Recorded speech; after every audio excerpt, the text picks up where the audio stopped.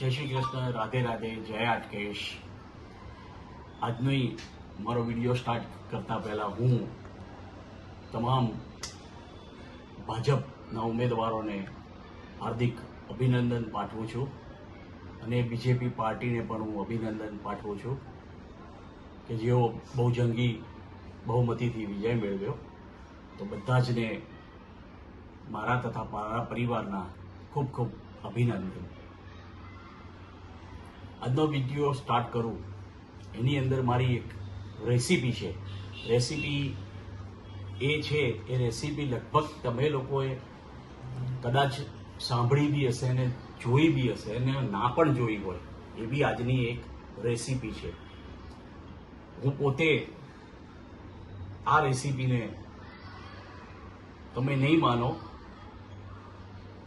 45 વર્ષ પછી હું આ રેસીપીને ટેસ્ટ કરીશ અને બનાવવાની તો ફર્સ્ટ ટાઈમ બનાવું છું આ રેસીપી. પણ મને એકદમ યાદ આવ્યું કે મારી મમ્મી, હું જ્યારે 12મા ધોરણમાં હતો, એટલે કે હું વાત કરી રહ્યો છું 1900 ને લગભગ જુઓ ને 1900 ને મને પણ યાદ નથી કે હું કયું, પણ આઈ થિંક હું કોલેજ કાળમાં હતો એટલે 1989-90ની અંદર 1989-90ની અંદર મારી મમ્મી આ વસ્તુ બનાવતી હતી અને મને મારી મમ્મીથી પ્રેરણા મળી હતી.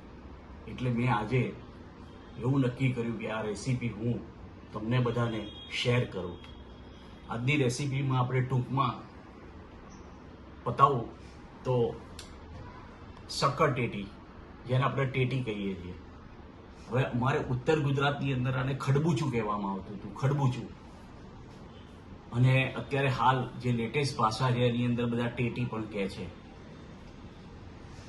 આ છે લીલા તીખા મરચા,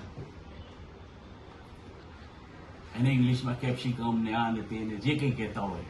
આ છે અડદની વડી, અડદની વડી, જેને આપણે લગ્ન પ્રસંગમાં શુભ માનવામાં આવે છે. વડી એ આ વડી છે.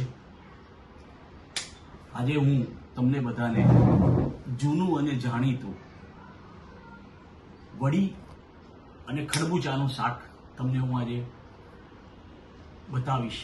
એની રેસીપી બતાવીશ કે કેવી રીતે બનાવીએ છીએ અને શેની સાથે જમવામાં લેવામાં આવે છે. જુઓ, આનો લોટ રેડી થઈ ગયો છે, બરાબર.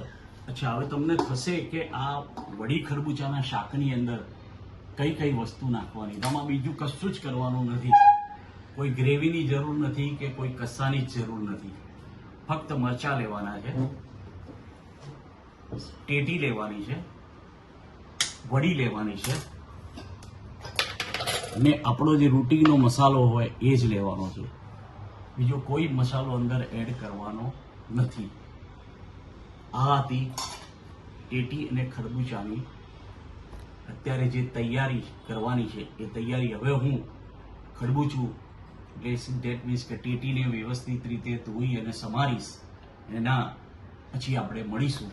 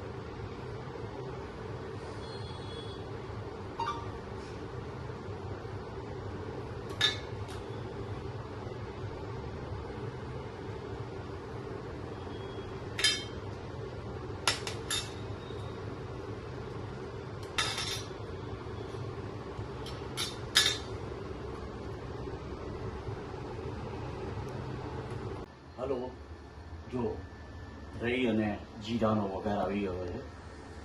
હવે હું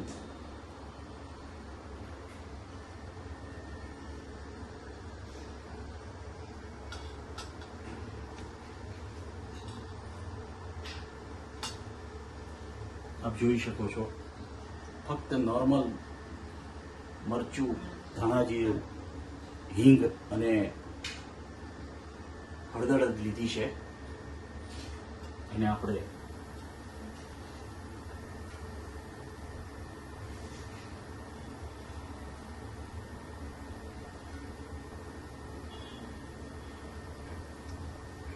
થોડી રહીને જીરું તરતર થાય એટલે બધી સામગ્રી આપણે એડ કરી દઈશું.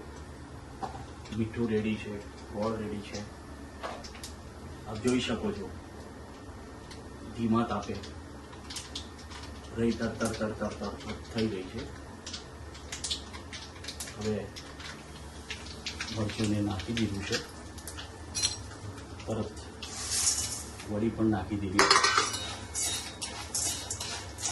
સરસ મજાની સુગંધ આવી ગઈ છે.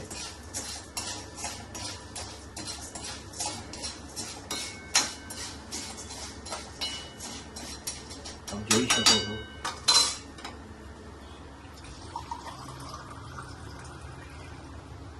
પાણી છે, બધું પાણી એડ કરીશું.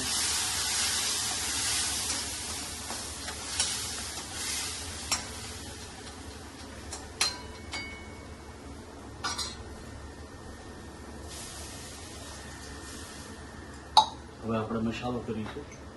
મીઠું સમ પ્રમાણમાં મીઠું નાખીશું.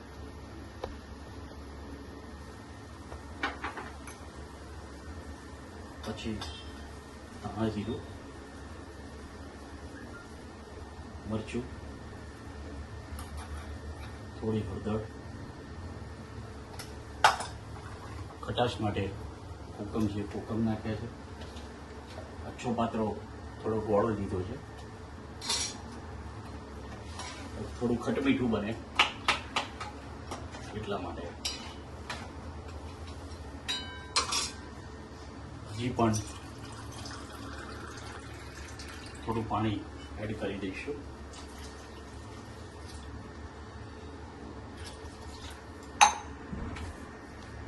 એને થોડું થીજવા દઈશું આપણે. થોડું થીજવા દઈએ. તો મોસ્ટ પ્રોબેબિલિટી હવે આપણું શાક રેડી થઈ ગયું છે, વડીનું અને ખરબૂચાનું. આપ જોઈ રહ્યા છો, જો સરસ મજાનું તૈયાર થઈ ગયું છે.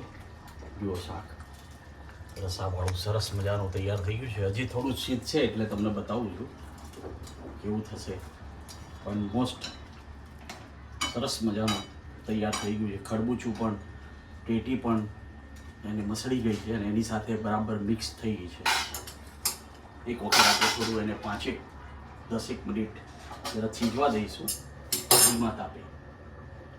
પછી આને સર્વ કરવા માટે ઉપર આપણે કોથમીર નાખી દઈશું, ડેકોરેટિવ કરી દઈશું. ત્યાં સુધી આપ જોઈ રહ્યા છો સંપૂર્ણ સીજી ગયું છે શાક. હવે તૈયાર થઈ ગયું છે એટલે એને હવે આપણે પરોઠા સાથે જ્યારે જમવા બેસીએ ત્યારે પરોઠા સાથે ઉપર કોથમીરથી ડેકોરેટિવ કરી, અને કે એ ઘડીએ કોથમીર નાખવાથી કોથમીરનો સ્વાદ રહે એટલા માટે. જો આજે આપ લોકોને મારો વિડીયો પસંદ આવ્યો હોય તો લાઈક, શેર અને સબસ્ક્રાઈબ અવશ્ય કરજો. જય શ્રી કૃષ્ણ, રાધે રાધે, જય હાટકેશ. ગરમીમાં તમે બધા અવશ્ય સાચવજો. લાગણી છે માટે કહું છું. જય શ્રી કૃષ્ણ.